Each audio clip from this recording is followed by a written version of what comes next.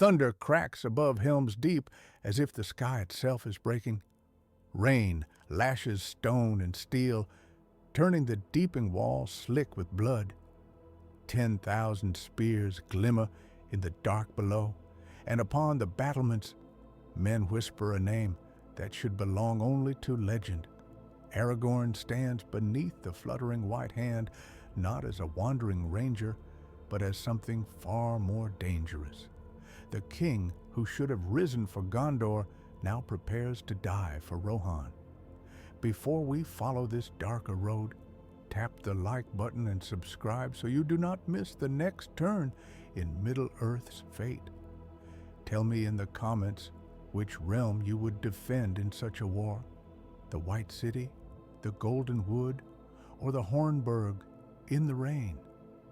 The story bends long before the rain falls on Helm's Deep. In Rivendell, the Bruinen murmurs under starlight, and winter clings to the high passes. The fellowship is broken. Frodo and Sam have slipped away. Boromir's horn is silent. The shards of Narsil rest upon black velvet, and Elrond half-elven stands alone before them. The Hall of Fire is empty. Only embers glow, painting his ageless face in red and gold. He does not move for a long time. Outside, the valley breathes in the cold. But Elrond's thoughts are far away, ranging over mountains and ruined kingdoms. He sees again a young man in worn green, mud on his boots, awe in his eyes as he first beheld Imladris. He hears again a woman's voice, soft and clear in memory. Hope they named him, Arwen had said once, fingers brushing the broken blade. Hope they hid in plain sight. Elrond's hand closes around the hilt of Narsil's shards. The metal is cold, and it remembers blood. In another room, Aragorn, son of Arathorn, called Strider, sits alone, shoulders bowed. The fellowship's failure weighs upon him like chainmail soaked in grief. He has lost Frodo. He has lost Boromir. He has chosen east when his heart pulls west, toward a land that does not yet belong to him. A soft footstep in the corridor. He does not turn. He knows the sound. Elrond, he says quietly, if you have come to speak comfort, I fear it will not find a place in me. Elrond steps into the doorway, the dim light catching the silver in his dark hair. In his hands he bears something wrapped in white cloth, like a shroud. I have not come to speak comfort, he answers. His voice is calm, but there is a tension in it, like the string of a bow drawn close to breaking. I have come because time has grown too short for comfort. Aragorn rises. His eyes fall to the bundle, then back to Elrond's face. What burden is this that I must carry also? Elrond crosses the room and lays the cloth upon the table between them. His fingers linger a moment, then withdraw, as if from a wound. For long years we have let the world forget what once it knew, he says. We have hidden a name in the wild, waiting for an hour that may never come. I have feared to place this weight upon you, Estelle, but the choice is no longer mine. He draws back the cloth. The broken blade gleams in the half-light. Aragorn's breath catches, though he has seen it before. Yet this time, something is different. The shards lie not as relics of a dead age, but as an accusation. Elendil's sword, Aragorn whispers. The sword that was broken. Elrond's gaze is steady. The sword of the High King of Gondor and Arnor, he says, and of his heir. The word hangs between them. Heir. Aragorn's hand trembles as he reaches for the hilt. I am no king, he says. You yourself have said, for many years I have spoken of what you might become. Elrond interrupts. Now I must speak of what you are. He steps closer, and his voice lowers, though none are near to hear. Aragorn, son of Arathorn, you are Elisar, Isildur's heir, the rightful king of Gondor and of the Dunedain of the north. not in some far-off day, not in songs yet unsung, now, in this hour. While the shadow rises, the room seems to shrink around them. Outside, the river's murmur becomes a roar in Aragorn's ears. He had always known his lineage in part as a distant claim, a possibility deferred, something for another age when Sauron was no more, and the world had leisure to consider kings. Elrond had spoken of it in hints and half-lights, a destiny that might be, if he proved worthy, if the West held, if 1,000 ifs aligned. Never like this, never as a present tense. You would have me name myself king, Aragorn says slowly, while the world falls to ruin around me. You would have me claim a throne I have never seen, to a people who do not know me, in a city under siege. For what? For pride? For a crown in the ashes? Elrond's eyes darken. I would have you do what only you can do, he replies. The ring has gone where you cannot follow. You have chosen rightly, but the war against Sauron will not be won in secret. The West needs more than hidden hope. It needs a banner. Aragorn looks down at the broken sword. In another timeline, Elrond would wait.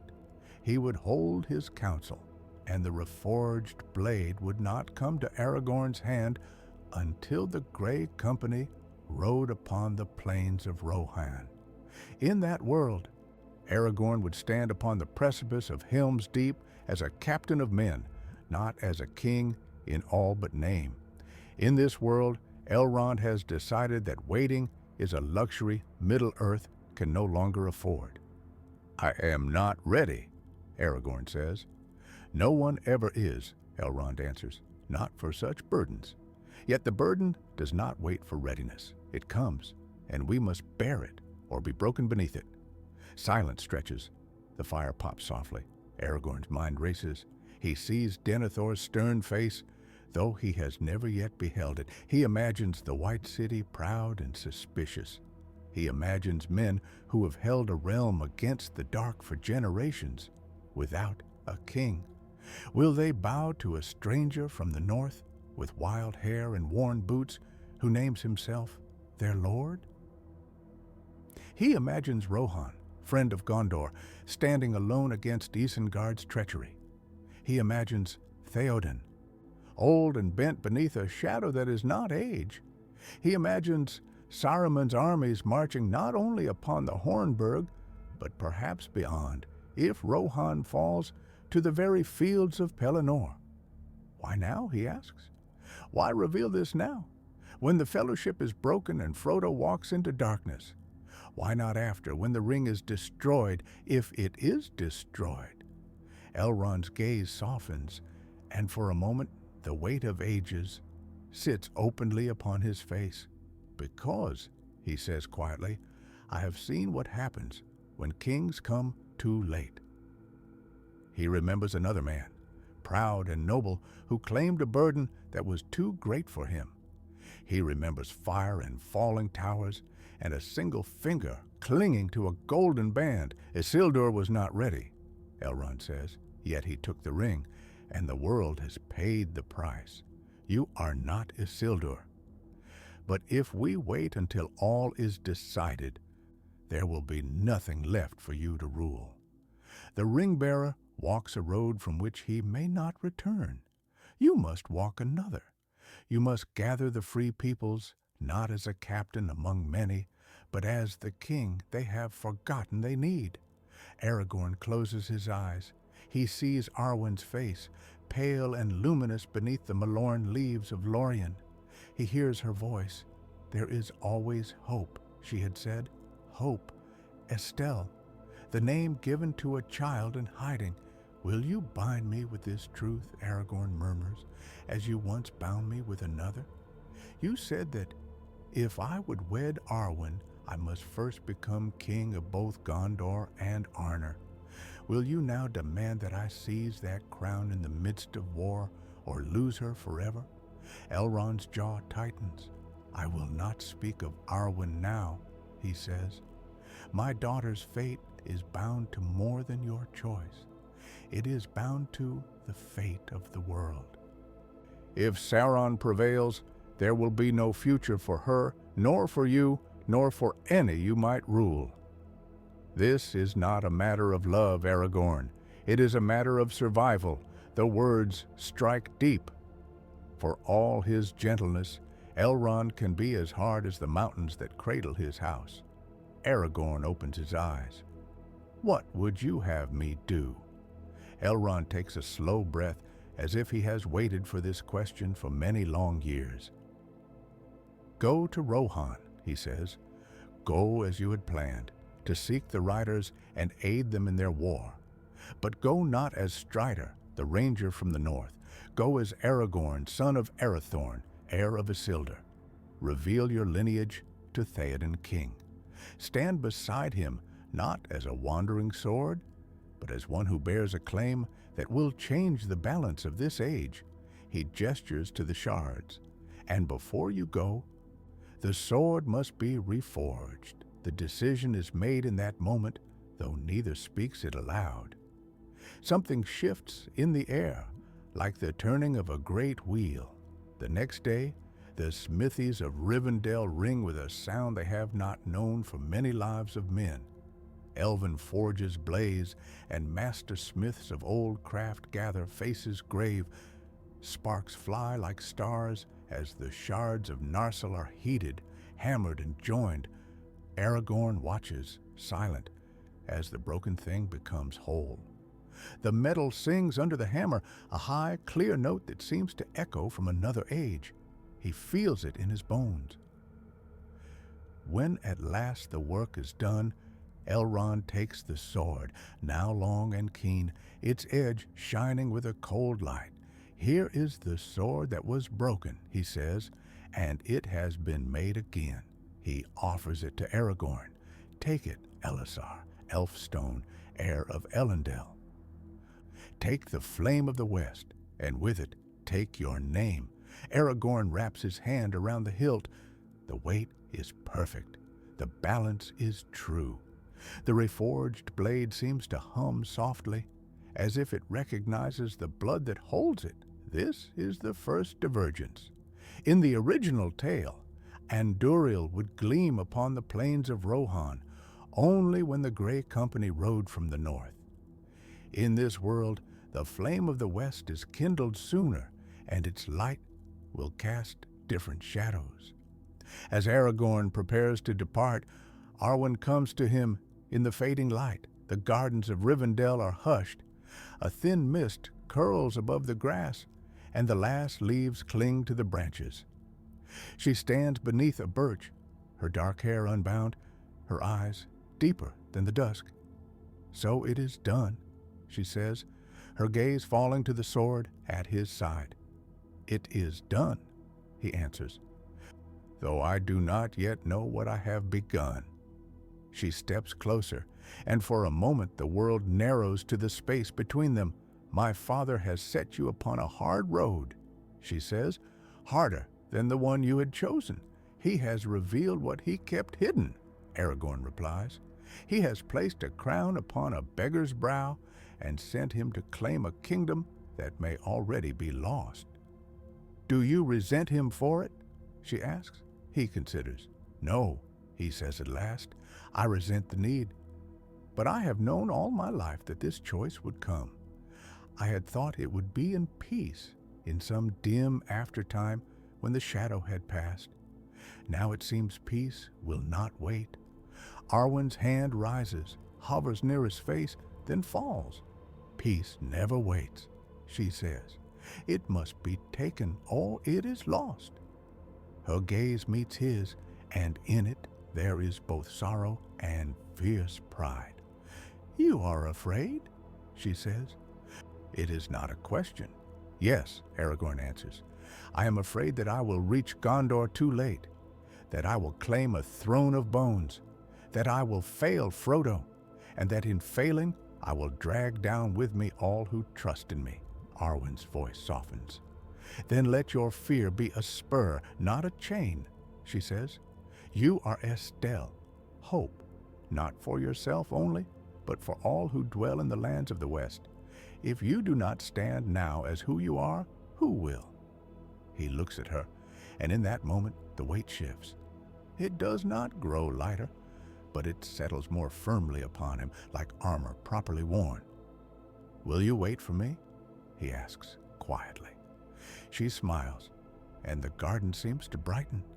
I have waited my whole life, she says. I can wait a little longer. They do not speak of the doom of men, or the fading of the elves, or the choice that Arwen must make between immortal shores and a mortal grave. Those words will come later, in other places. For now, they stand together in the half-light, and the world holds its breath. Aragorn leaves Rivendell with Legolas and Gimli at his side, and the banner of no kingdom flying above him. Yet he carries Andúril, and in his heart a new, unsteady certainty. He is not only a ranger, he is a claimant. Far to the south, in the halls of Meduseld, another will soon feel the tremor of that claim. Rohan is already in peril when Aragorn's feet touch its soil. The plains are brown and wind-swept, winter's breath still cold upon them. Smoke stains the horizon from unseen fires. Wolves follow in the wake of war. The three companions move swiftly, cloaks snapping in the bitter air. Their eyes are sharp, their senses stretched thin. Somewhere ahead, two small hobbits run in terror from orcs and from something older, stranger, that walks beneath the trees of Fangorn. But Aragorn's road bends first toward Edoras, not Isengard's shadow. He knows Rohan's plight in outline. He has heard Elrond speak of Theoden, once strong, now bent beneath an unseen weight. He knows of Grima Wormtongue, Saruman's agent, whispering poison in the Golden Hall. He knows that without Rohan, Gondor will stand alone against Mordor. In the original tale, Aragorn comes to Edoras as a stranger. His name is given, but his claim is not pressed. He stands in Theoden's hall as a captain, not as a king. The Rohirrim know him as a friend, perhaps, but not as a rival to their own lord. This time, word runs ahead of him like fire in dry grass. Dunedain, some whisper. Isildur's heir, say others, their voices half in awe, half in doubt. A northern king, unkinged, coming to the house of Yorl. By the time Aragorn, Legolas, and Gimli climb the long green hill to Meduseld, spears are already bristling at the gates. The wind tears at the banner of the white horse, faded and limp in the gray light. Halt, a guard calls, lowering his spear. His eyes flick to Anduril's hilt, then to Aragorn's face. State your name and your business in the Golden Hall. Aragorn's hand rests upon the pommel of his sword. He feels the old instinct rise in him to give the name Strider, to pass unnoticed, to move in shadows. He resists it. I am Aragorn, son of Arathorn, he says clearly, his voice carrying over the wind. Chieftain of the Dunedain of the North, heir of Isildur, son of Elendil. I come to speak with Theoden, king of the Mark, as one king to another in all but crown. The words fall like stones into a still pool. The guards exchange glances. Some faces harden, others waver. One young rider, scarcely more than a boy, stares at Aragorn as if looking upon a figure from song. Isildur's heir, he murmurs. The line of Elendil still lives then, so it is said, another replies, not softly enough. So he says. Legolas' hand drifts toward his bow. Gimli's eyes narrow beneath his brows. The captain of the guard steps forward. Theoden King is not in the habit of receiving claims from strangers, he says. You will surrender your weapons before you enter his hall, as is our custom.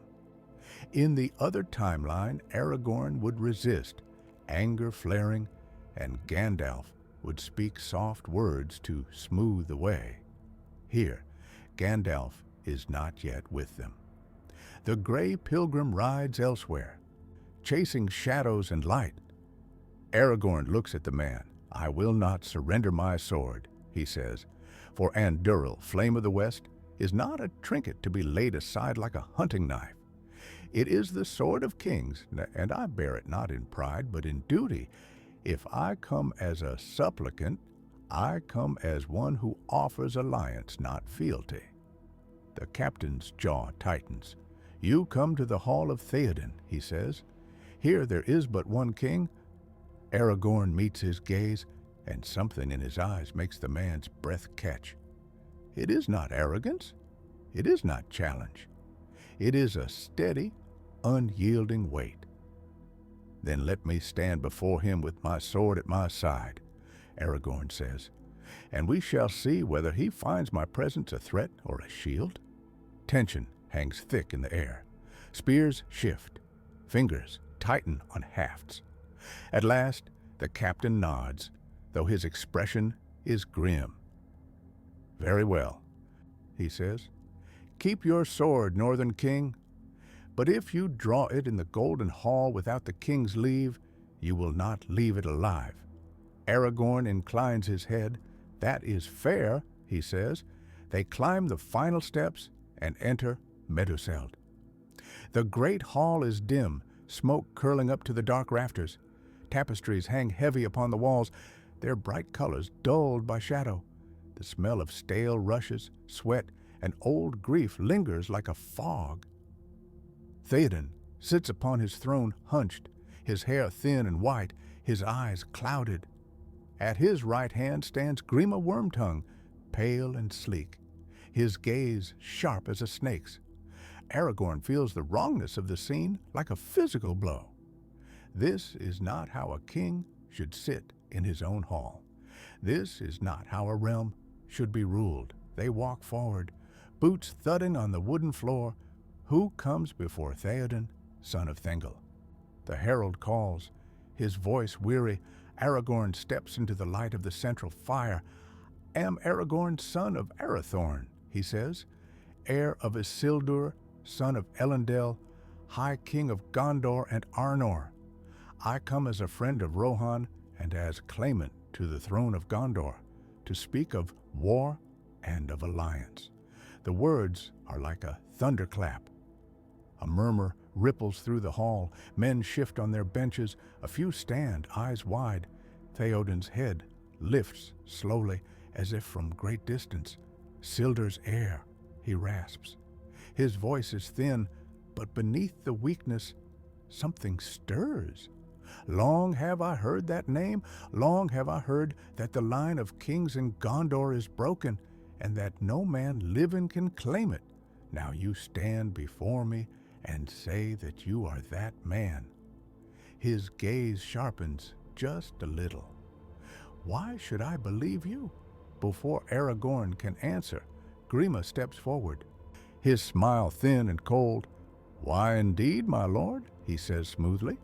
"Here comes a wanderer from the north, bearing a sword he says is great, wrapped in a name he says is old. He speaks of alliance, yet names himself a king in another realm. Is this not a danger, my lord? While you are beset by foes on every side, would you invite another claimant into your hall?" His eyes flick to Aragorn, gleaming. Isildur's line failed as all men's lines fail. He continues, "Gondor has no need of a king, nor does Rohan. We have our own house, our own strength. Why should Theoden King bend his knee or even incline his head to one who has hidden his name in the wild all these years?" Aragorn's hand tightens on Anduril's hilt. He could speak anger. He could draw his sword and let its light answer Grima's poison. But he remembers Elrond's words. The West needs more than hidden hope. It needs a banner. He chooses instead to speak truth. "I have hidden my name," he says, his voice clear and steady, "not from fear of my duty, but from the shadow that hunts all who would stand against it. I have walked in the wild, to guard the borders of lands that do not know my watch. I have fought in the service of kings who will never know my face. I have bled for Gondor and for Rohan already, though I have never claimed their thrones. He steps closer to the dais. You speak of failure, he says to Grima. Yes, Isildur failed. He took that which he should have cast away, and for that failure we all pay. But I am not Isildur. I seek not a ring, but the strength to stand against its master. If you fear that, then perhaps your counsel is not for the good of Rohan. Grima's eyes glitter. Bold words, he says softly. Yet words are wind. Where is the proof of your claim? Where is the witness of your right? Aragorn draws Andúril. The blade sings as it leaves the sheath, and light runs along its edge like water. The hall seems to grow colder and clearer. This is the sword that was broken, Aragorn says. Narsil, that cut the ring from Sauron's hand, forged anew in Imladris from the shards kept by Elrond half-elven, who has known my house since its first days. This is the sword of Elendil, and by it I claim my right. He lifts the blade, and its light falls upon Theoden's lined face. For a moment, the old king's eyes clear. He sees not a ragged ranger, but a tall figure crowned in unseen light, bearing a sword that seems to draw the very memory of Númenor into the hall. Elendil, Theoden whispers, though the name is not quite right. It is not Elendil he sees, but something of that stature. Grima recoils, a hiss escaping his lips. The light of Andúril seems to burn him. My lord, he says quickly, leaning close to Theoden's ear, this is trickery, elvish glamour. The house of Yorl has no need of dead kings from the sea. We are your strength, your people, your blood. Theoden's gaze flickers between Aragorn and Grima. Here, in the original tale, Gandalf would cast off his gray cloak and drive Saruman's shadow from Theoden's mind. Here, Gandalf is not present. The poison in Theoden's veins is not yet broken by wizard's power, but something else works upon him now, the sight of a king who does not yet wear a crown. Tell me, Theoden says slowly, his voice gaining a little strength, if you are indeed Isildur's heir, why come you to my hall? Why now, when war is upon us? Do you seek my aid to claim your throne, or do you offer yours to defend mine? The question hangs like a sword.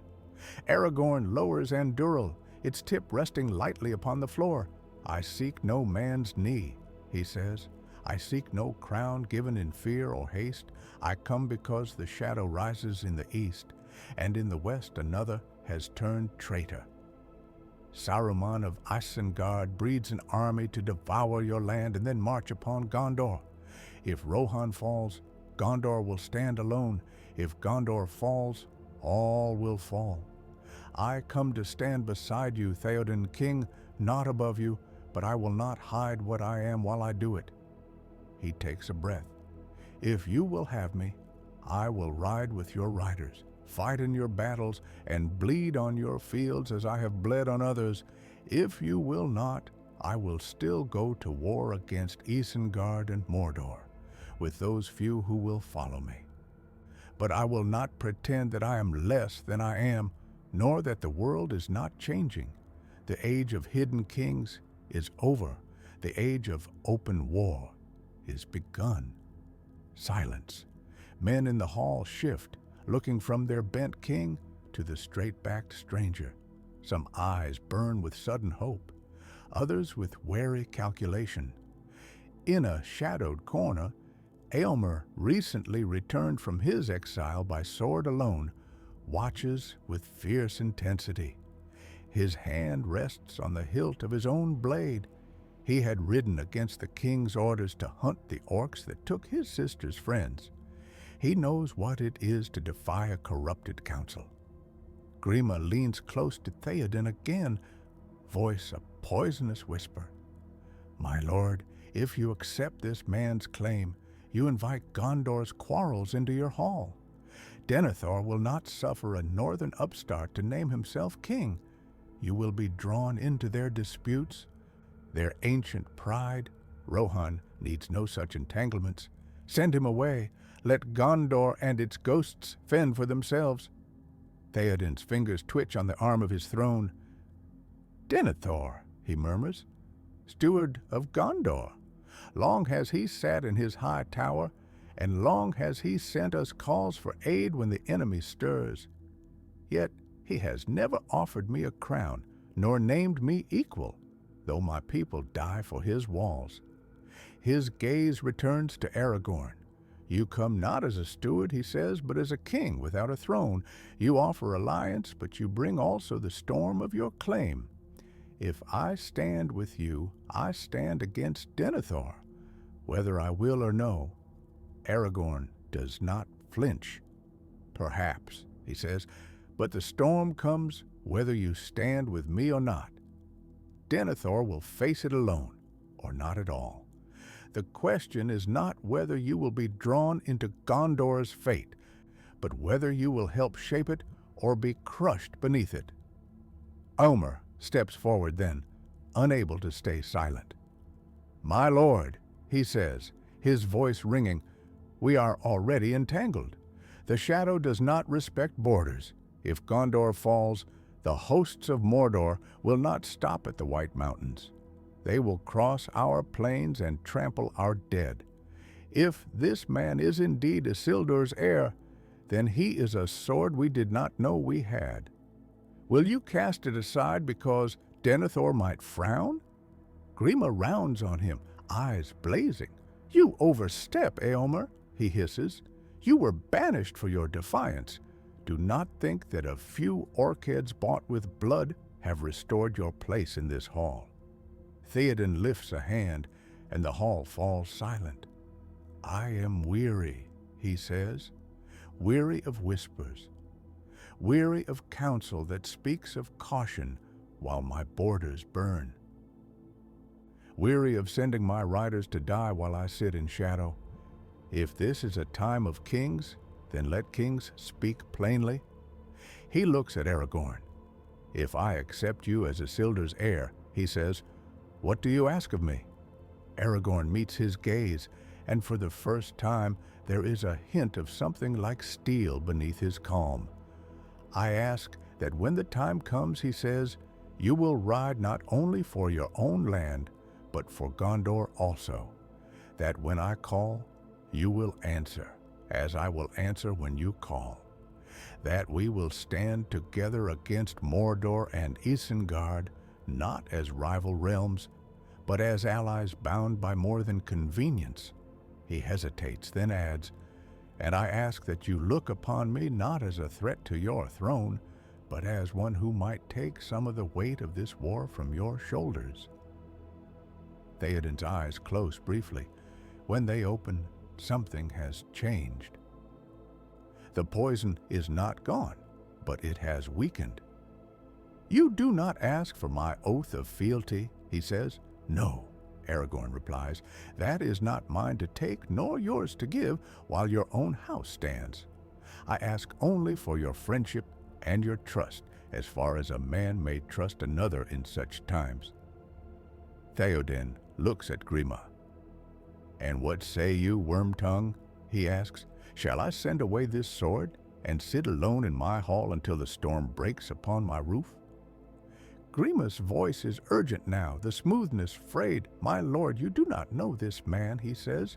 He brings with him the politics of Gondor, the pride of Numenor. He will draw you into a war that is not yours. Better to hold your strength, to guard your own people, to let the south and east devour each other if they must. Theoden regards him for a long moment. Not my war, he says quietly. When orcs ride my plains, when my only son lies dead from a poisoned spear, when my sister's eyes burn with a fire she cannot spend in battle, not my war. His gaze hardens. Enough, Grima. For years you have counseled me to wait, to hide, to shrink. I have listened, and my land has withered. Now another comes, bearing a name older than any in this hall, and he speaks not of hiding, but of riding out. I am still king in Rohan. I will hear him. Grima pales. My lord. Silence, Theoden says. The word carries a weight it has not had in years. Grima's mouth snaps shut. Theoden pushes himself to his feet. His hands tremble, but he stands. Aragorn, son of Arathorn, he says, voice ringing more strongly. If you are indeed Isildur's heir, then you come in a dark hour. I will not swear to your claim to Gondor's throne. That is for Gondor to decide. But I will accept you as a king in your own right and as an ally of Rohan. If you will ride with my riders, then when you call, I will answer, as my strength allows. Aragorn bows his head. That is all I ask, he says. The hall exhales. This is the second divergence. In the original tale, Theoden accepts Aragorn as a captain and friend, but not as an equal in kingship. Here, he acknowledges him openly as a king, though of another realm. The bond between Rohan and the returning line of Elendil is forged earlier and in a different fire. Grima's eyes burn with fury and fear. He sees his influence slipping, his careful web tearing. He bows low. As you will, my lord, he murmurs. I am but your humble servant, but in his heart he turns toward Isengard. Later, in the dim corridors of Meduseld, he will send secret messages by hidden riders. He will whisper to Saruman of a northern king who comes too soon, of a bond between Rohan and Gondor that hardens before the White Hand can break it. Saruman will listen, and his plans will shift, ever so slightly. For now, the First Alliance stands. News travels swiftly, as it always does in lands that live by the horse. By the time the muster is called for the defense of the Westfold, men speak in the camps of the northern king who bears the sword of Elendil. They watch Aragorn as he moves among them, quiet, unassuming, yet with a gravity that draws eyes. Some call him Thorongil, remembering half-whispered tales from Gondor of a captain who fought beneath another man's banner. Others test the name Elisar on their tongues. He does not command them. Theoden does. But when Aragorn speaks, men listen. On the eve of the ride to a Helm's Deep, as dark clouds gather over the mountains, Aragorn stands alone outside the encampment, looking west. The air smells of rain and distant smoke. The wind bites. Eowyn finds him there, her white dress snapping in the gusts like a banner. You stand like a man looking for a land he has lost, she says. He turns, and the torchlight catches the lines of weariness on his face. Perhaps I am, he says, or one he has not yet gained. She studies him, chin lifted. They call you king, she says, not in this land, but in another. Is it true? He hesitates, then nods. It is true that I am Isildur's heir, he says. Whether Gondor will have me as king is another matter. Her eyes flash. If they do not, they are fools, she says. You stand straighter than any man in this camp. You carry your sword as if it is a part of you. When you speak, even my uncle listens. What more do they want in a king? He smiles faintly. Men often want what they are used to, he says. Gondor is used to stewards, not kings. Denethor has ruled long, and he is proud. He will not easily make room for another, and yet you go, she says. You go to fight for a people who may not accept you. Why? He looks past her, toward the unseen white city. Because it is my duty, he says. Because if Gondor falls, all falls. Because the line of Elendil was not meant to end in the wild. He pauses, then adds, and because I have loved that land from afar, and I will not see it consumed if I can help it. Éowyn's gaze softens just a little. You speak of duty and love as if they are chains, she says. Yet you wear them as armor. He considers her. And you? He asks. What chains do you wear, Lady of Rohan? Her jaw tightens. I am caged, she says. I am left behind to mind the house and pour the wine while men ride to war. I am told that my duty is to wait, to endure, to weep. I would rather die with a sword in my hand. He sees the fire in her, the same fire that burns in Theoden's blood, banked but not extinguished. Your time will come, he says quietly. She looks away. Perhaps, she says, but it will not be now. The drums of Isengard sound in the distance, faint but growing. The riders of Rohan mount. Theoden's voice rings out, calling them to the Westfold, to Helm's Deep, to a last stand against a flood of iron and flesh. Aragorn swings into the saddle, and Durrell at his side. He rides not as a nameless wanderer, but as a king beside a king. The third divergence waits in the rain. Helm's Deep looms out of the storm, its ancient stones slick with water. The deeping wall curves like a gray spine above the dark valley. The Hornburg rises, defiant, its tower a spear of stone. Refugees crowd the fortress. Old men, women with hollow eyes, children clutching ragged dolls. The smell of fear is sharp, almost metallic. In the original tale, the men of Rohan look to Theoden and to Aragorn as a captain who inspires them by his courage and strange nobility. Here they look to two kings, standing side by side upon the wall, as the first ranks of Uruk-hai march into view, torches blazing in the rain. A murmur passes among the defenders. Isildur's heir, someone whispers. If ever there was a time for old kings to return, it is now. Aragorn walks the length of the wall, speaking to the men, clapping shoulders, meeting eyes. His presence is a steadying weight. He does not promise victory. He does not promise survival. He promises only that he will stand and fight beside them until the end, whatever it may be. Theoden watches him from the tower, his face thoughtful. He carries himself like a king, he says quietly to Gamling. Yet he does not seek to command my men. Gamling nods. He knows that they are yours, my lord, he says. He seeks to strengthen, not to take. Theoden's gaze returns to the wall. If I live through this night, he murmurs, I must think carefully on what place such a man will have in the world that follows. The rain intensifies, drumming on helmets and shields. Lightning flickers, illuminating the sea of white hand shields below. The attack begins. Arrows hiss from the walls, felling the first ranks. Ladders slam against stone. Grappling hooks bite into the parapets. Uruk-hai swarm upward, snarling, their black blood steaming in the cold air. Aragorn moves like a dark flame along the battlements, Andúril rising and falling in deadly arcs.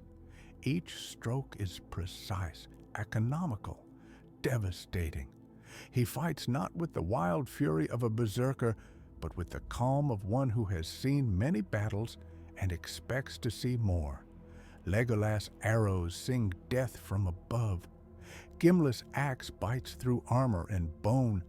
The three fight as one, their movements weaving a brutal dance. Yet for all their prowess, the tide is heavy.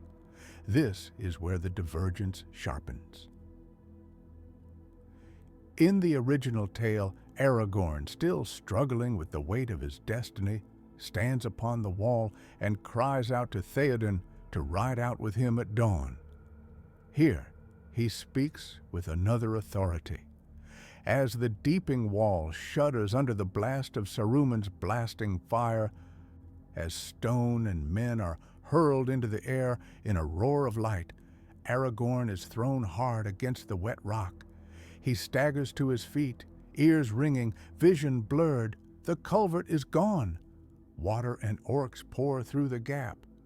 "Fall back," he shouts, voice hoarse. "To the keep!" Men scramble, slipping in blood and rain. The Uruk-hai surge forward, a black wave. In the chaos, Aragorn finds Theoden near the breach, sword in hand, cloak torn, eyes blazing with a fury that has finally burned through the fog of years. "We cannot hold them," Theoden gasps, parrying a heavy blow. "Not here." Aragorn cuts down an orc that lunges toward the king. "Then we must hold them where we can," he says, "in the Hornburg, in the tower, as long as we draw breath." They retreat step by bloody step into the keep. The great doors slam shut, trembling under the pounding of rams. Inside, the air is thick with sweat, fear, and the copper tang of blood. Torches sputter. Children cry softly in the shadows. Theoden leans against a pillar, chest heaving. "So much death," he whispers, "so much loss. I have led my people into a trap." Aragorn steps close. "You have led them to the strongest fortress in your land," he says. "You have given them a chance to fight, to live. This is not a trap. It is a stand."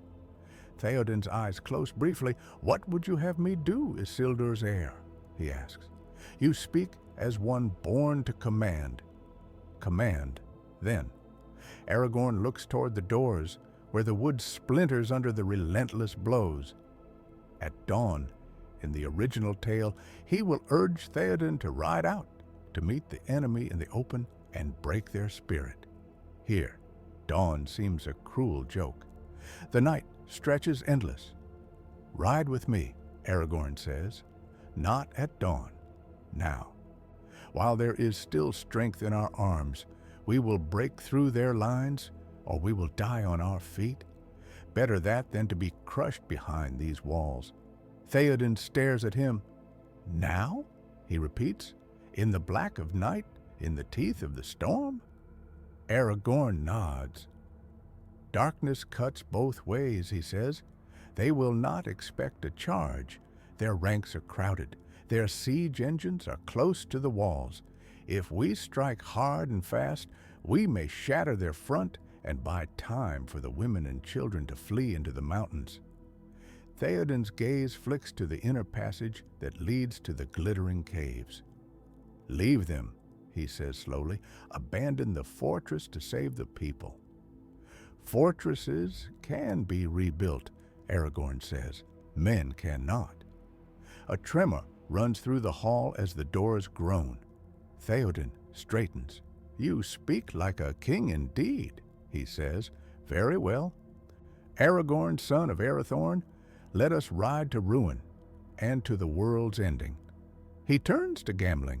"Sound the horn," he commands. "Summon every rider who can still sit a horse." We ride out. Gambling's eyes widen, but he does not hesitate. The horn of Helm, Hammerhand, echoes through the keep, its deep note reverberating in stone and bone. Men gather, bloodied but unbroken. They strap on helmets, tighten girths, mount weary horses. Eyes meet in the torchlight, fear and grim resolve mingling. Legolas and Gimli stand beside Aragorn, weapons ready. "You are mad," Gimli mutters. "I like it not. But I will not stay behind to count the dead." Legolas' gaze is distant, listening to sounds beyond mortal hearing. "The forest moves," he says softly. "There is something in the dark beyond the deepened coombe. If we can hold long enough, the world may yet change." Aragorn nods. "Then let us give it something worth changing for," he says.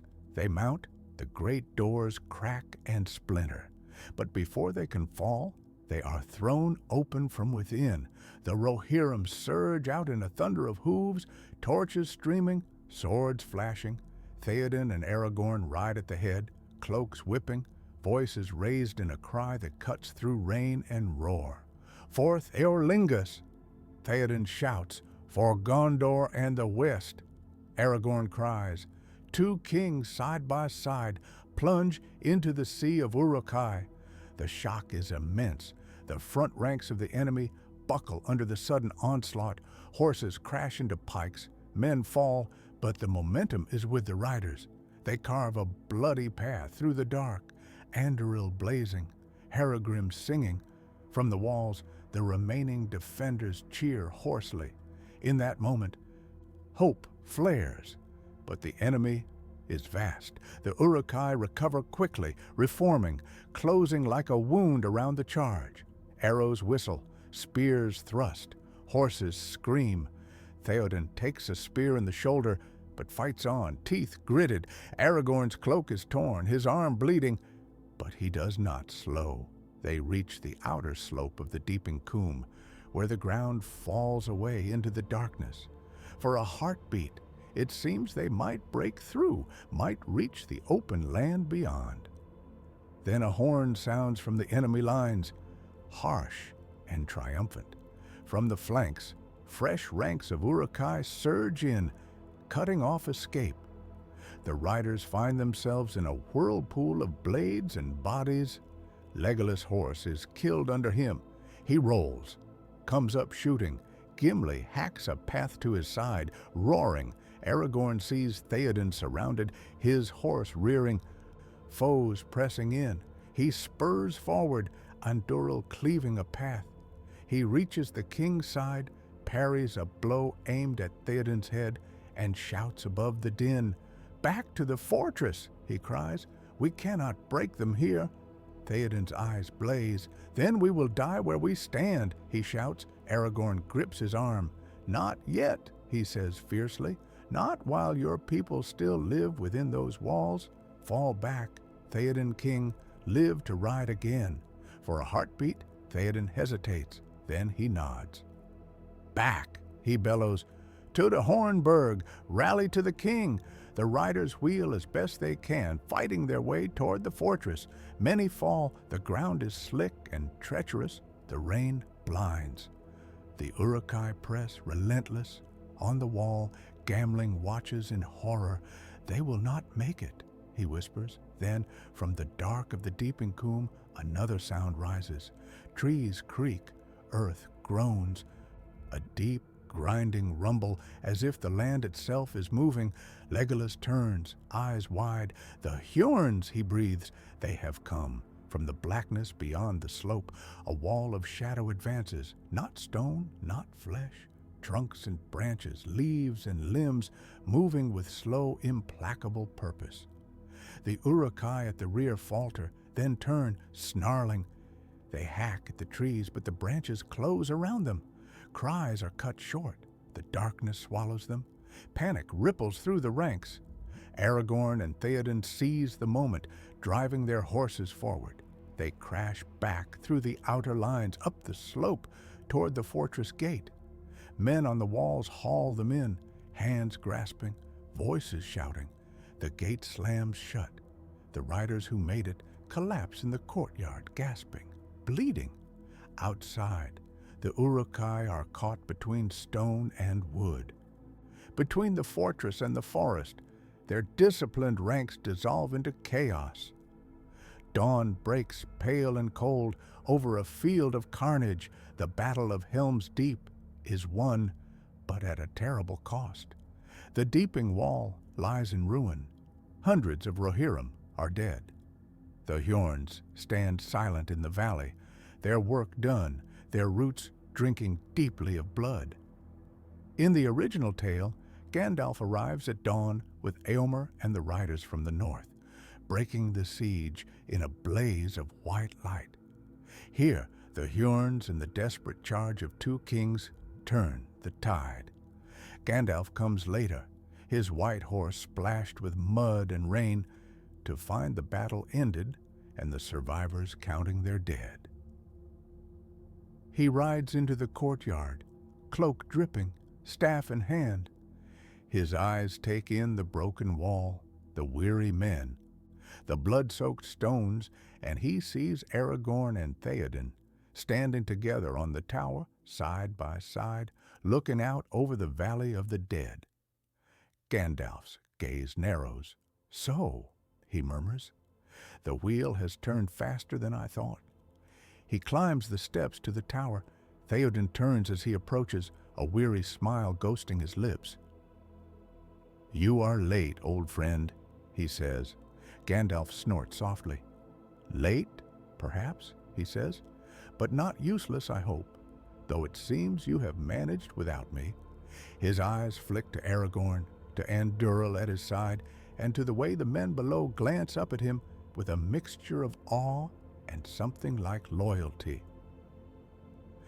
"You have changed since last we spoke, Aragorn," he says. "You stand taller. Or perhaps it is only that you stand more openly." Aragorn meets his gaze. "Elrond has reforged more than my sword," he says. "He has reforged my name." Gandalf's brows rise. "Elrond has revealed your lineage," he says, "earlier than I thought he would. That will send ripples far beyond this valley." He looks out over the field. "You have won a great victory," he says. "But the war has only begun. Saruman will not sit idle when he hears of this." Aragorn's jaw tightens. "Let him hear," he says. "Let him know that Rohan stands, and that Isildur's heir stands beside it. If he wishes to test that strength, we will meet him." Gandalf's eyes gleam. "You speak like a king," he says quietly. Aragorn's gaze does not waver. "I am a king," he says, "whether any realm has yet placed a crown upon my head or not." Gandalf studies him for a moment, then nods, a small satisfied smile touching his lips. "Good," he says. "We will need a king, and more than one, before this is done." This is the fourth divergence. In the original tale, Gandalf is the one who reveals to Theoden that Aragorn is more than he seems, and the reforging of Narsil comes later, a sign of a destiny embraced in its time. Here, the destiny has been thrust forward. The West's banner is raised sooner, and the eyes that turn toward it are not all friendly.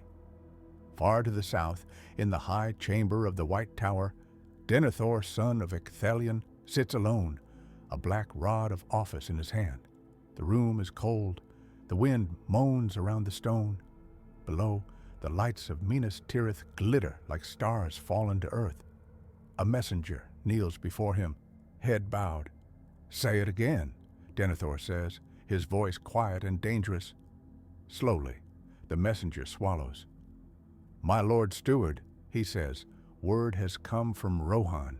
The battle of the Hornburg is ended.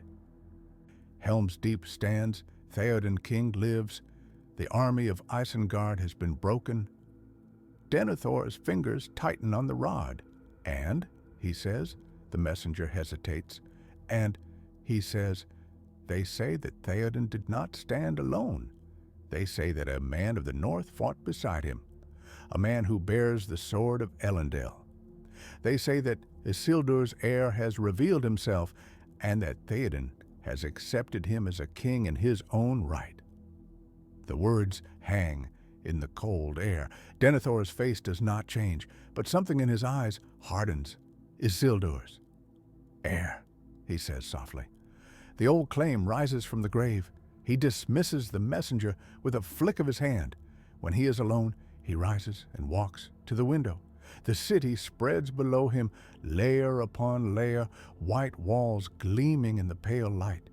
Beyond, the fields of Pelennor roll out toward the dark line of the Anduin. Farther still, the mountains of shadow loom, and behind them, unseen but felt, the eye watches. Denethor has long used the Palantir to peer into that darkness. It has shown him many things, and in showing, it has twisted his sight ever so subtly toward despair. Now he stares not into the stone, but into his own thoughts. For years, he has ruled Gondor alone, bearing the weight of stewardship with pride and bitterness. He has watched the strength of his realm wane, his sons grow into men, one beloved, one a disappointment. He has sent men to die on distant borders, and he has held the line against Mordor with grim determination. He has done all this without a king, and now, at the very brink of war, when the shadow lengthens, a king appears, not from his own line, not from the houses he knows and trusts, but from the wild, from the north, bearing a claim older than his office. He remembers Thorongil, the captain who served his father, who won great victories and then vanished. He remembers the suspicion that gnawed at him even then, that Thorongil was more than he seemed, that he might return one day to take what Denethor had guarded. Isildur's heir, he murmurs. So, the game changes. He does not rage. He does not weep. He calculates, if this Aragorn has already bound Rohan to his cause, then Gondor's ally is no longer a free piece on the board. If Theoden rides at Aragorn's call, then Denethor must reckon with a king who commands not only northern Dunedain, but also the Riders of the Mark. And yet, if Aragorn fails, if he falls at Isengard's gates, or in some nameless skirmish, then the old claim dies with him, and Denethor's stewardship becomes in all but name a kingship. He turns away from the window. "Send word to Faramir," he tells a waiting servant. "Tell him to hold Osgiliath at all costs. The enemy will test our strength there first." He pauses. "And send also to our agents in the north and in Rohan. I would know more of this Aragorn. If he is to come to Gondor, I would not be taken unawares." His voice is calm, but in his heart a new bitterness rises. The house of Hurin has held Gondor for generations. Now, at the last, when the world trembles, a forgotten king comes to claim the fruits of his labor. Denethor will not yield easily.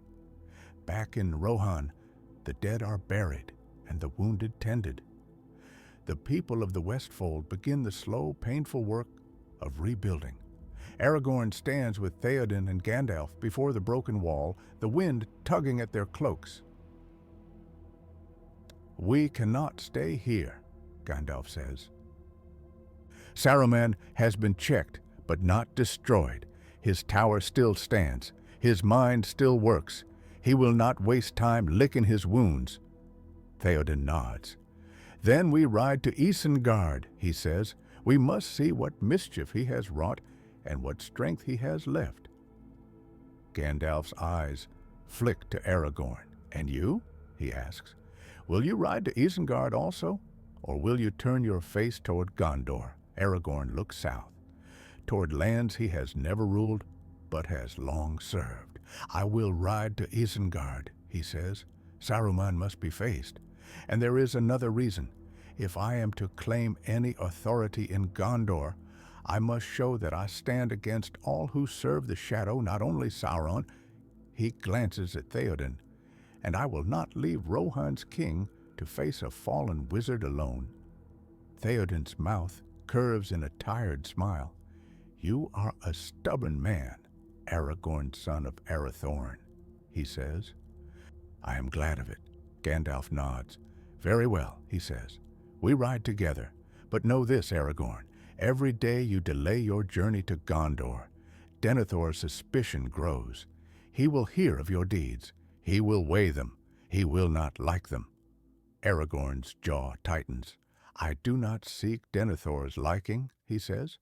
"I seek Gondor's salvation." Gandalf sighs. "Sometimes they are the same thing," he says. "Sometimes they are not." They ride to Isengard and find it already broken by the Ent's wrath. Saruman is trapped in his tower, his voice reduced to a shadow of its former power. The confrontation at Orthanc plays out much as it did in the original tale, but with one crucial difference. When Saruman looks down from his high window and sees Aragorn standing beside Theoden and Gandalf, Andúril at his side, his eyes narrow. "So," he says, his voice dripping contempt, the ragged ranger finally puts on his dead king's clothes. Isildur's heir come to play at crowns in the ruin of the world. Aragorn's face is impassive. "You have no say in who wears crowns, Saruman," he says. "You cast aside your own wisdom for a mimicry of Sauron's power.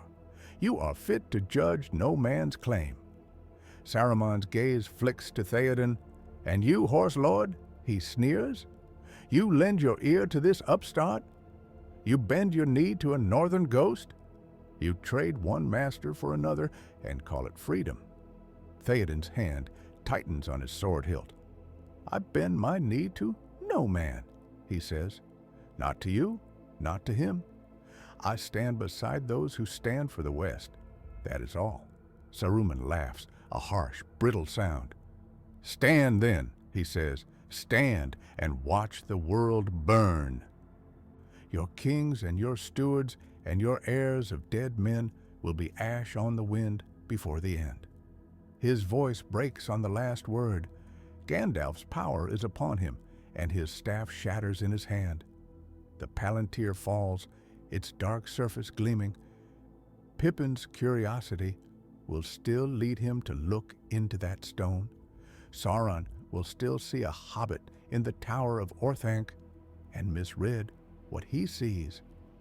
But when he searches for the mind behind that hobbit, when he seeks the will that moves against him, he will sense something else, a king's will already awakened. The eye turns, ever so slightly, from Minas Tirith toward the plains of Rohan, where a man bearing the name of Elendil's house has already begun to gather allies. In the days that follow, as the company rides to Minas Tirith by way of Edoras and then the long road south, the world shifts. Theoden and Aragorn speak often by the campfires. "You will go to Gondor soon," Theoden says one night, the firelight carving deep lines in his face. "You will stand before Denethor and name yourself king. Are you ready for that?" Aragorn stares into the flames. "I do not know," he says. "I know only that I must." Theoden nods slowly. "I have ruled many years," he says. "I have made mistakes. I have listened to false counsel. I have been weak when I should have been strong. Yet my people still look to me. They forgive more than I deserve because I am theirs. Denethor's people are his too. He has borne their burdens. He has watched his sons bleed for his city. He will not easily yield what he has guarded." Aragorn's jaw tightens. "I do not seek to humiliate him," he says. "I would have him as ally, not enemy." "Then tread carefully," Theoden says. Pride is a brittle thing. It can cut both ways. Gandalf listens, silent, his eyes hooded. He knows that the greatest danger to the West may not be the armies of Mordor, but the divisions within its own ranks. A king revealed too soon can unite, but he can also provoke.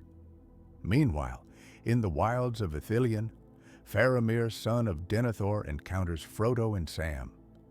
This meeting unfolds much as it did in the original tale.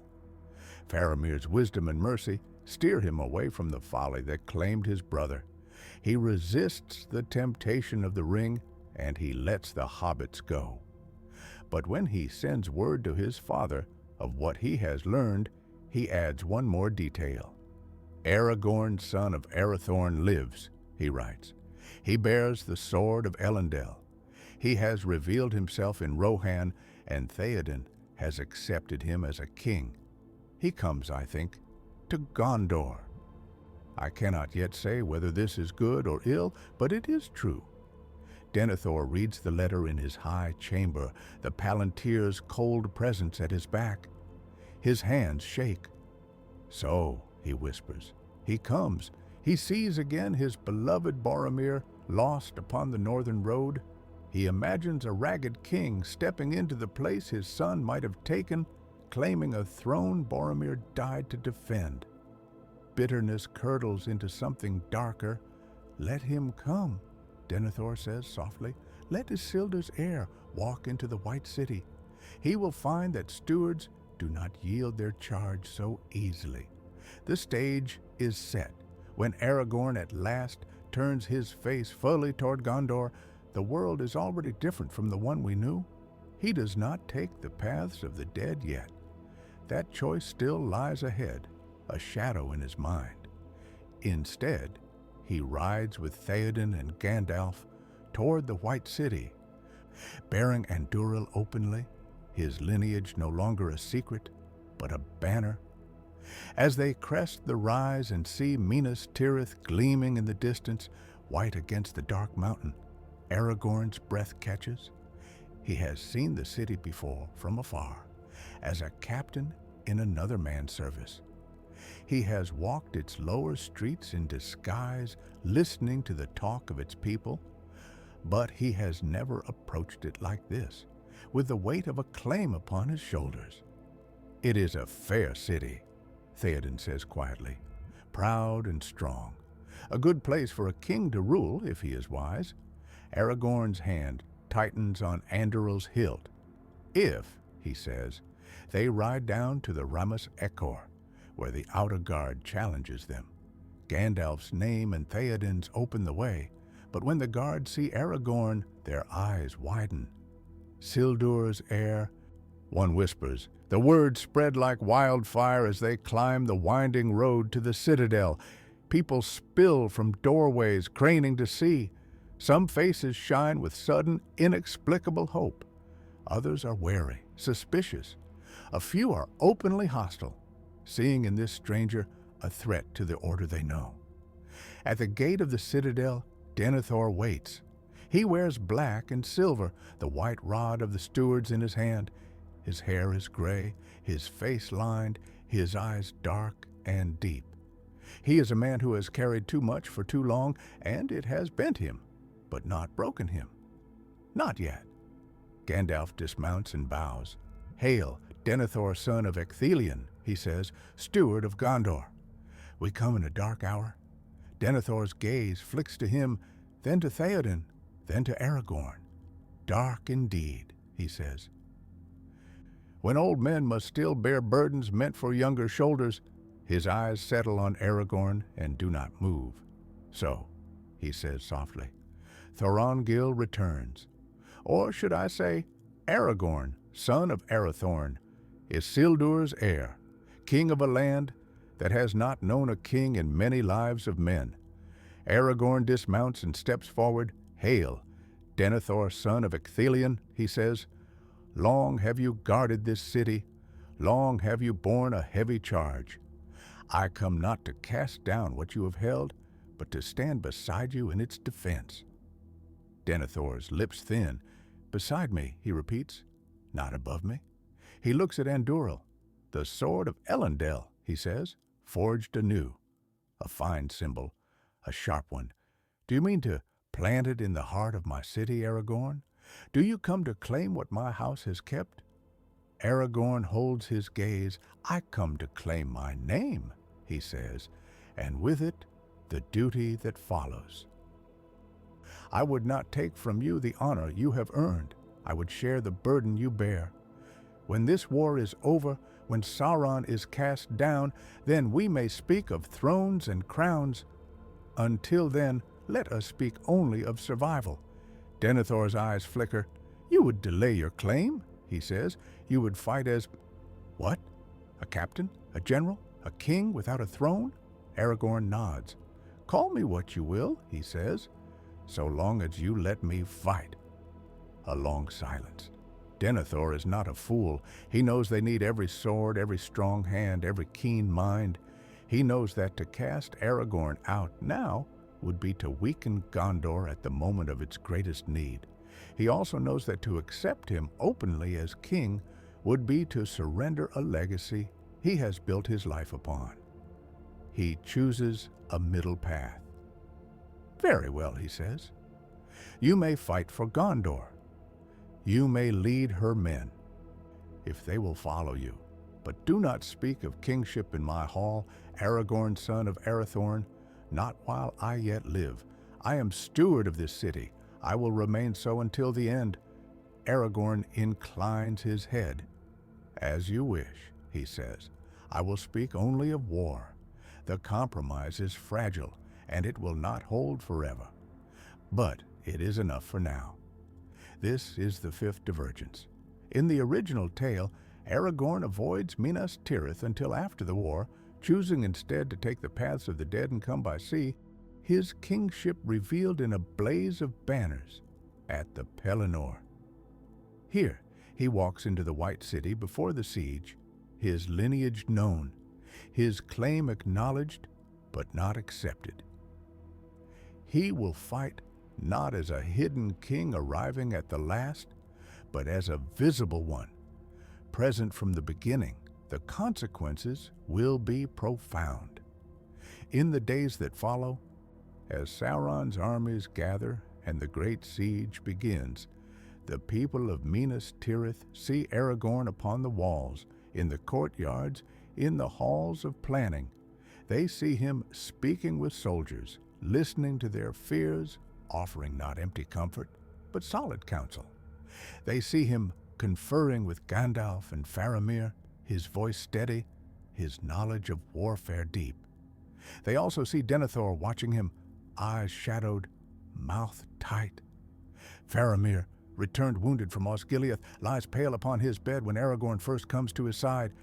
"You are like my brother," Faramir murmurs, feverish, and yet not. "Who are you?" Aragorn takes his hand. "I am Aragorn," he says, "son of Arathorn, a friend to your city." Faramir's gaze sharpens briefly. "Isildur's heir," he whispers. "So the tales are true?" Aragorn smiles faintly. "Some of them," he says. "Rest now. There will be time for tales later." He uses the healing arts he learned in the wild, the knowledge of kings that has passed down through his line. He calls Faramir back from the brink as he did in another world, but this time the people of Gondor know who does it.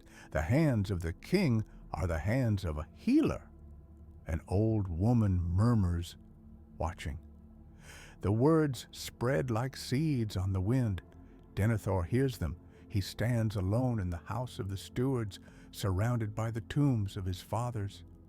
The cold air smells of stone and dust and old sorrow, healing. He says bitterly, they love him for his healing.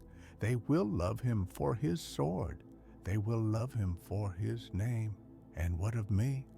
I have burned myself to keep them safe, and they will cast me aside for a stranger. He looks at the white marble of the tombs. Was it for this that I watched Boromir ride to his death? He whispers. Was it for this that I sent Faramir into the fire? The Palantir sits in the corner, shrouded. He has looked into it too often. It has shown him doom, and in showing, it has helped bring that doom to pass. He pulls the cloth aside. "Show me," he says to the stone. "Show me the truth of this king who comes too soon." The eye fills his mind. Fire and darkness. Armies marching, ships upon the sea. A banner with the tree and stars unfurled upon the wind. And Aragorn, standing in the prow of a black ship, and Durrell blazing as he will in the other timeline. Denethor staggers back, gasping. "So," he whispers, "even the stone calls him king." Something breaks then, not with a shout, but with a soft, inward crack. He will not surrender. He will not bow. But the despair that Sauron has fed in him with the Palantir's visions deepens.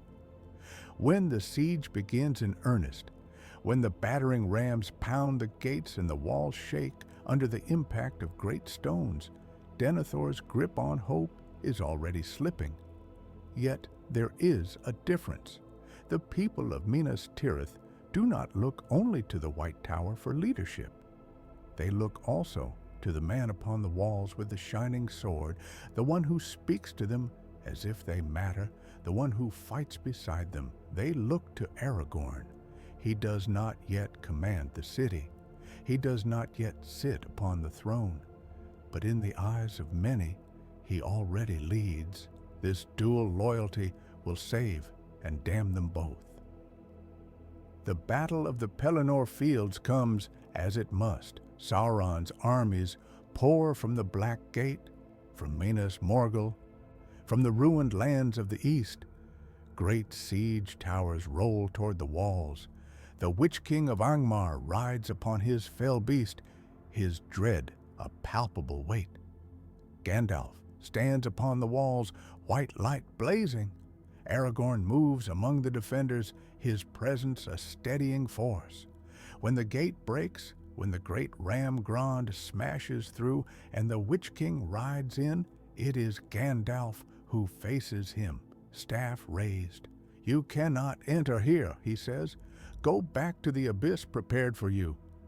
The clash that follows is terrible, but in this timeline, it is not interrupted by the horns of Rohan at the very first moment.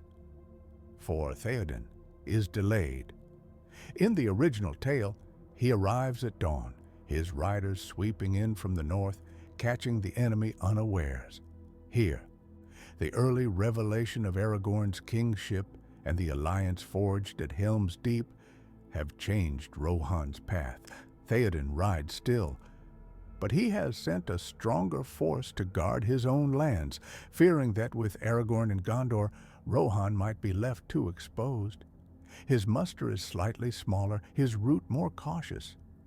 He will come, but he will come a little later.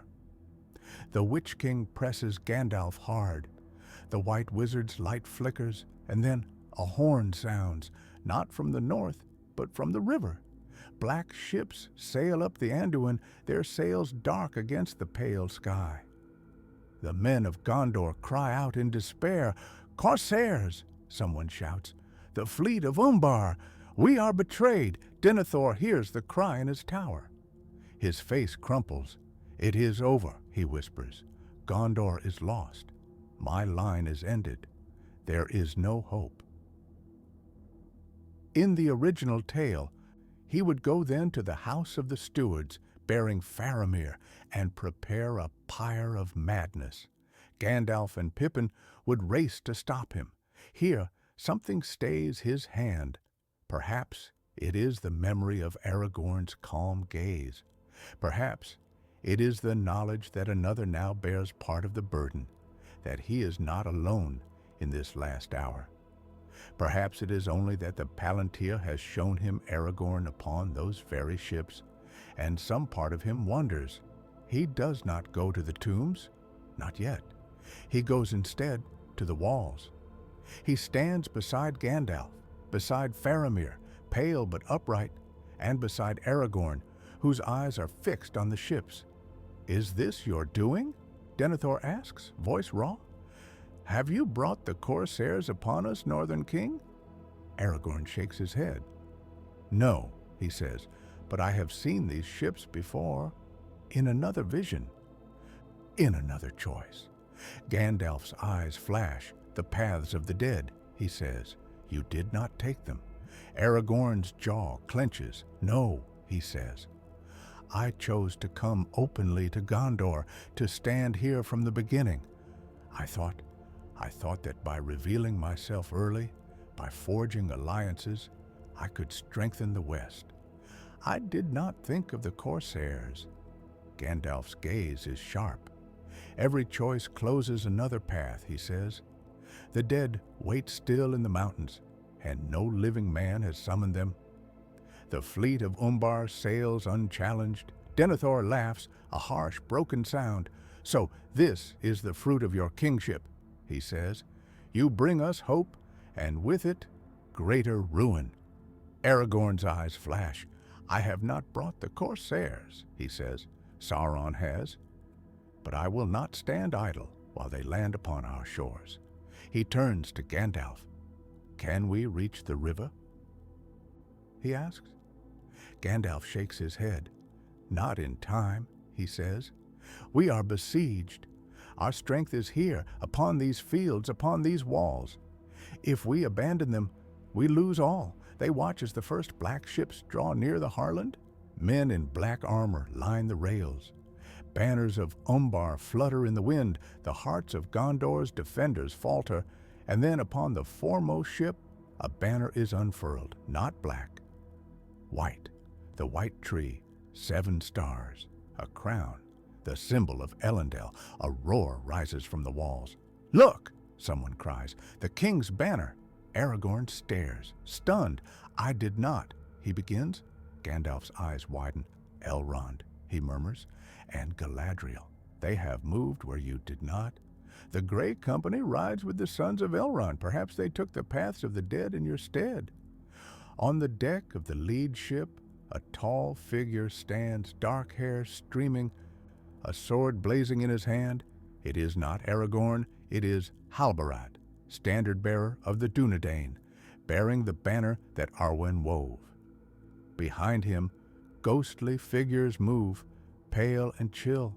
The dead have come, summoned not by their king, but by those who bear his blood and his token. Aragorn feels a strange wrenching in his chest. "They have taken my road," he whispers. The ships reach the shore. The dead sweep over the corsairs like a cold wind, their spectral blades cutting through flesh and steel alike. The black-clad sailors scream and fall. The men of Gondor watch, awestruck, as the tide turns. On the Pelennor, the Witch King falters. His attention wavers.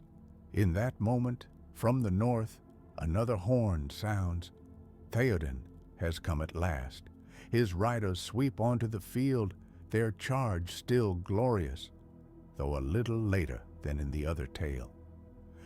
The Rohirrim crash into the flank of Sauron's army, their cries of death. Ringing, Éowyn rides with them, hidden beneath her helm, Merry at her side. The battle unfolds in a new pattern, yet with familiar beats.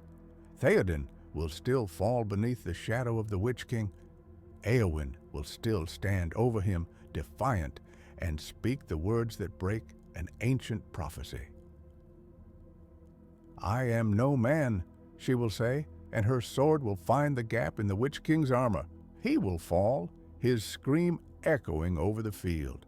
But when the dust settles, when the dead have swept away the corsairs and the Rohirrim have broken the siege, when the bodies lie thick upon the trampled grass, the living will look not only to Gandalf and Theoden's fallen banner. They will look to 2 figures standing upon the field.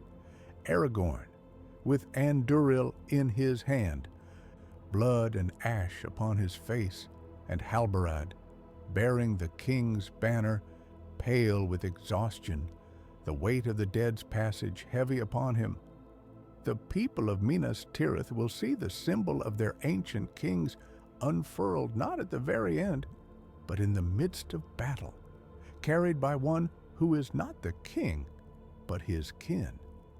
They will see Aragorn not as the miraculous savior who arrives with a ghostly army, but as the man who stood with them through the long night, who bled beside them, who nearly despaired with them, and who watched another take the road he did not choose.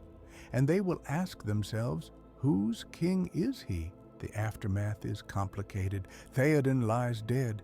Éowyn is wounded. Merry weeps beside her bed.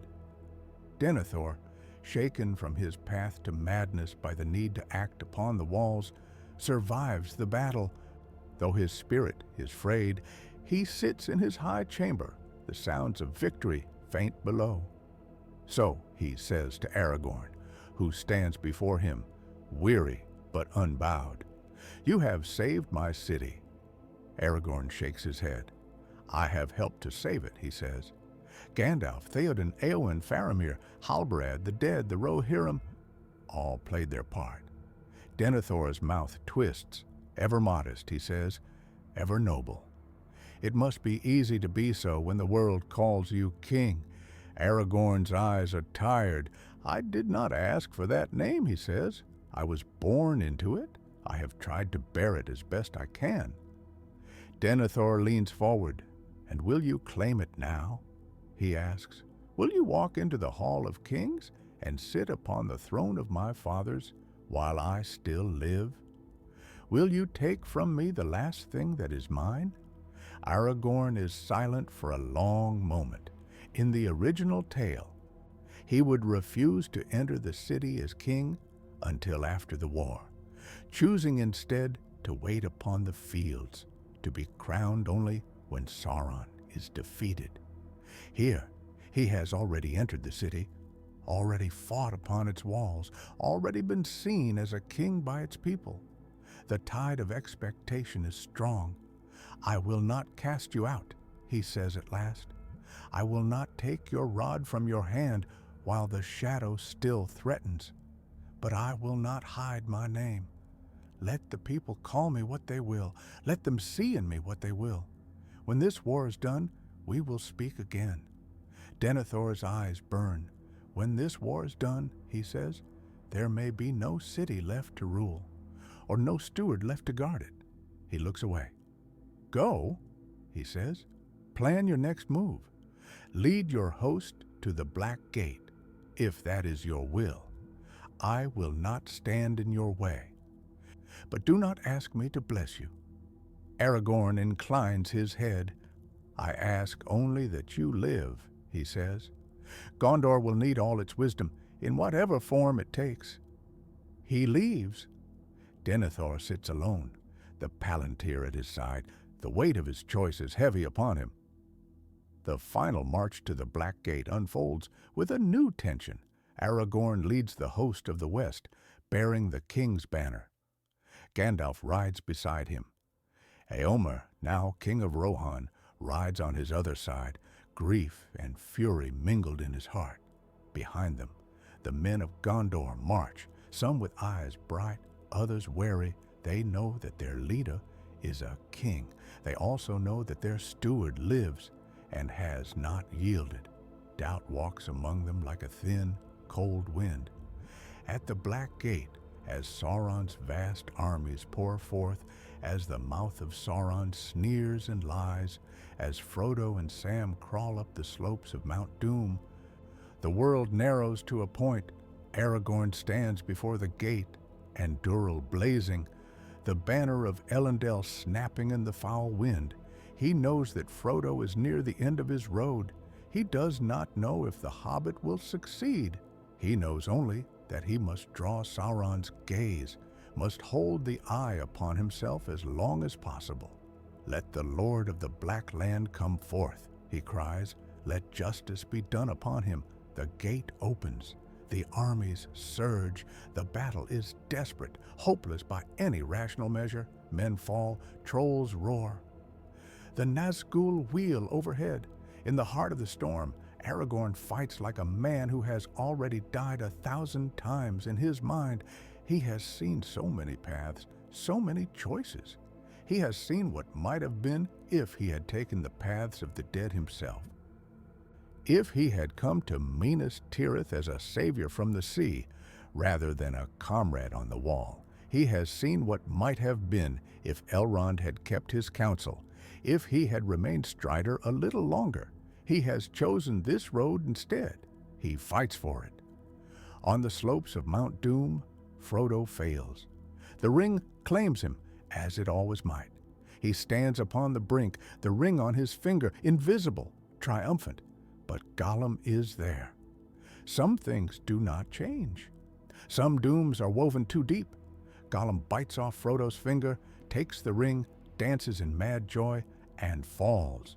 The ring sinks into the fire, the eye shrieks, Barad-dûr crumbles. At the Black Gate, the ground shakes. The Nazgul wail and vanish.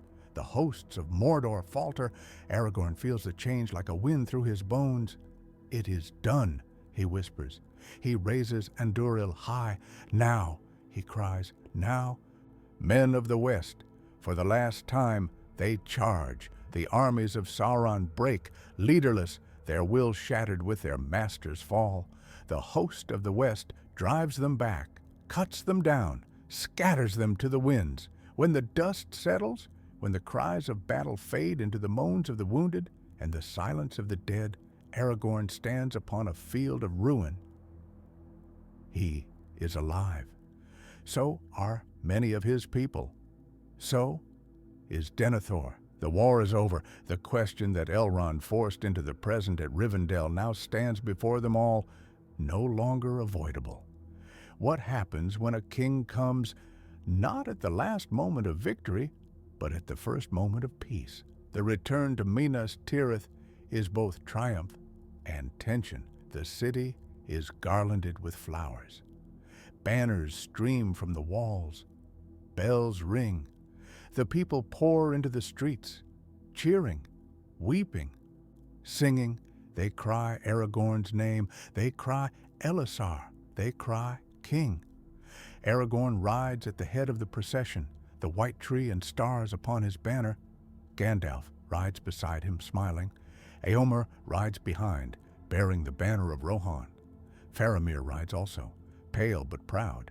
Denethor watches from the high balcony of the tower. He sees the joy on his people's faces. He hears the name they shout, not Steward dot King. He feels something inside him unravel. In the original tale, Denethor is already dead, consumed by despair and fire. Faramir rises as steward, and it is he who kneels before Aragorn, offering him the white rod. The transition is clean, if painful. Here, Denethor lives. He walks down the long hall to the foot of the throne. Aragorn enters, the echoes of the crowd still in his ears. He pauses before the high seat of the kings. Gandalf's voice is soft. "This is your hour," he says. "Do you still refuse it?" Aragorn looks up at the throne. He sees not glory, but weight. He sees not power, but responsibility. He sees the faces of those who have died to bring him here. He also sees Denethor standing before the steps, the white rod in his shaking hand. "I will not take it by force," Aragorn says quietly. "If I am to be king, it must be with the will of the people and with the steward's consent. Otherwise, I am only another usurper in a long, bloody line." He steps forward. "Denethor, son of Ecthelion," he says, his voice carrying in the great hall, "you have guarded this city through long years of darkness. You have borne a burden that would have broken many. I do not come to cast you down. I come to ask that you stand beside me as steward to the king, as your fathers did before you." He holds out his hand. Denethor stares at it. He sees in that hand all he has feared, all he has resented, all he has secretly hoped for and dreaded. He sees the end of his line's claim to rule and the salvation of the city he loves. He sees Boromir's face and Faramir's.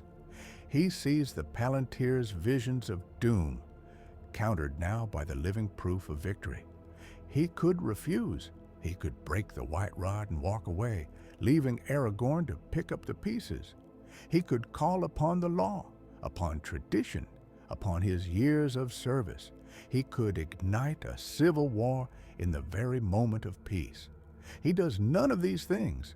Slowly, with hands that tremble, he sinks to one knee. "My lord," he says. The words are bitter on his tongue, but they come. "I have been steward of this city all my life. I have failed in many things. I have succeeded in some. I have loved Gondor with all that I am. If you will have me, I will serve you as steward, as my fathers served your fathers before you." He offers the white rod. Aragorn takes it, then raises Denethor to his feet. "Rise, Denethor, son of Ecthelion," he says, "steward of Gondor. Your service is not ended. It is only changed." The hall exhales. Gandalf smiles, relief and sorrow mingled. Faramir's eyes shine with tears. Outside, the bells ring louder. The coronation of Elisar is both familiar and altered. He is crowned with the crown of Gondor. He takes the scepter of Anúminas. He speaks the words of his oath, promising to govern for the good of all his people. Arwen comes, fair and grave, to stand beside him as queen. Their meeting upon the city's walls is as beautiful and bittersweet as in the other tale. Yet under the joy there is a thread of unease, for Denethor lives, and though he has bent his knee, his heart is not wholly at peace. He walks the halls as steward, advising, sometimes opposing, often silent. He watches as Aragorn makes decisions that he might not have made, as he opens the city's gates to men of the north, to elves, to dwarves, to hobbits. He sees a new age beginning, and he is not of it. In Rohan, Elmer rules wisely. Eowyn finds healing in Ithilien with Faramir. Theoden's barrow is raised, and songs are sung of his last ride. In the Shire, peace returns, though scarred by the brief shadow of Sharky's mischief, which Saruman, bitter and diminished, still brings upon it before his end. In Lothlorien and Rivendell, the elves prepare to sail. Their time is passing. Elrond stands once more before the shards of Narsil's scabbard, now empty. He remembers the night he chose to reveal Aragorn's lineage earlier than he had in another world. He wonders at the ripples that choice has made. Middle-earth is saved. Sauron is gone. The age of men begins, yet it is not the same age it would have been. Aragorn's kingship has been forged not only in hidden journeys and last-minute revelations, but in open conflict with Denethor's pride, in early alliances with Rohan, in the shared blood and toil of Helm's Deep and Minas Tirith. He is more deeply known, more deeply loved, and more deeply resented. In the years that follow, whispers will persist. Some will say that Denethor yielded too easily, that he should have held to the old ways. Others will say he nearly doomed them all with his pride, and that only Aragorn's patience saved Gondor from tearing itself apart. Some will wonder what might have been if Aragorn had taken the paths of the dead himself, if he had arrived at Minas Tirith as a savior from the sea, untainted by the compromises and conflicts of the siege. Aragorn himself will lie awake some nights beside Arwen, listening to the city's distant murmur, and think of those other roads. He will remember Elrond's face in the firelight, the weight of the broken sword in his hands, the moment when his name ceased to be a secret and became a banner. He will wonder if he did right to accept that weight so soon. Yet, when he walks among his people, when he sees children playing in the sunlight of the courts of the fountain, when he hears laughter where once there was only the drum of war, he will know that whatever might have been, this is the world he has. He will rule it as best he can. Years will pass. The white tree will bloom. The realms of Gondor and Arnor will be reunited. Rohan will flourish beside them. Trade will flow along roads once choked with armies. The shadows will recede. In time, Denethor will die, not in fire, but in his bed, old and tired, his hands still stained with the ink of 1,000 rulings. He will never fully forgive Aragorn, nor himself, but in his last moments, he will look upon the city's walls, still standing, and whisper a name he once spoke with bitterness. Elisar, he will say. Guard them well. Aragorn will. Yet the early revelation of his lineage will leave a subtle mark on the age. Kingship will never again be something that appears at the last moment, miraculous and unquestioned. It will be something argued over, tested, resisted, accepted with eyes open. The people of Gondor will remember that their king once walked their streets as a man among them, that he bled on their walls, that he was not born in their sight, but came from elsewhere bearing old claims into a new world. They will remember that they had a choice, and somewhere, in a quiet corner of the houses of healing, an old woman will tell a child the story of how the world almost broke. She will speak of a night at Helm's Deep when two kings rode out into the storm, one of the Mark, one of the North. She will speak of a steward who nearly burned and did not. She will speak of a king who came too soon and in coming changed everything. The child will listen, eyes wide. Was it better this way?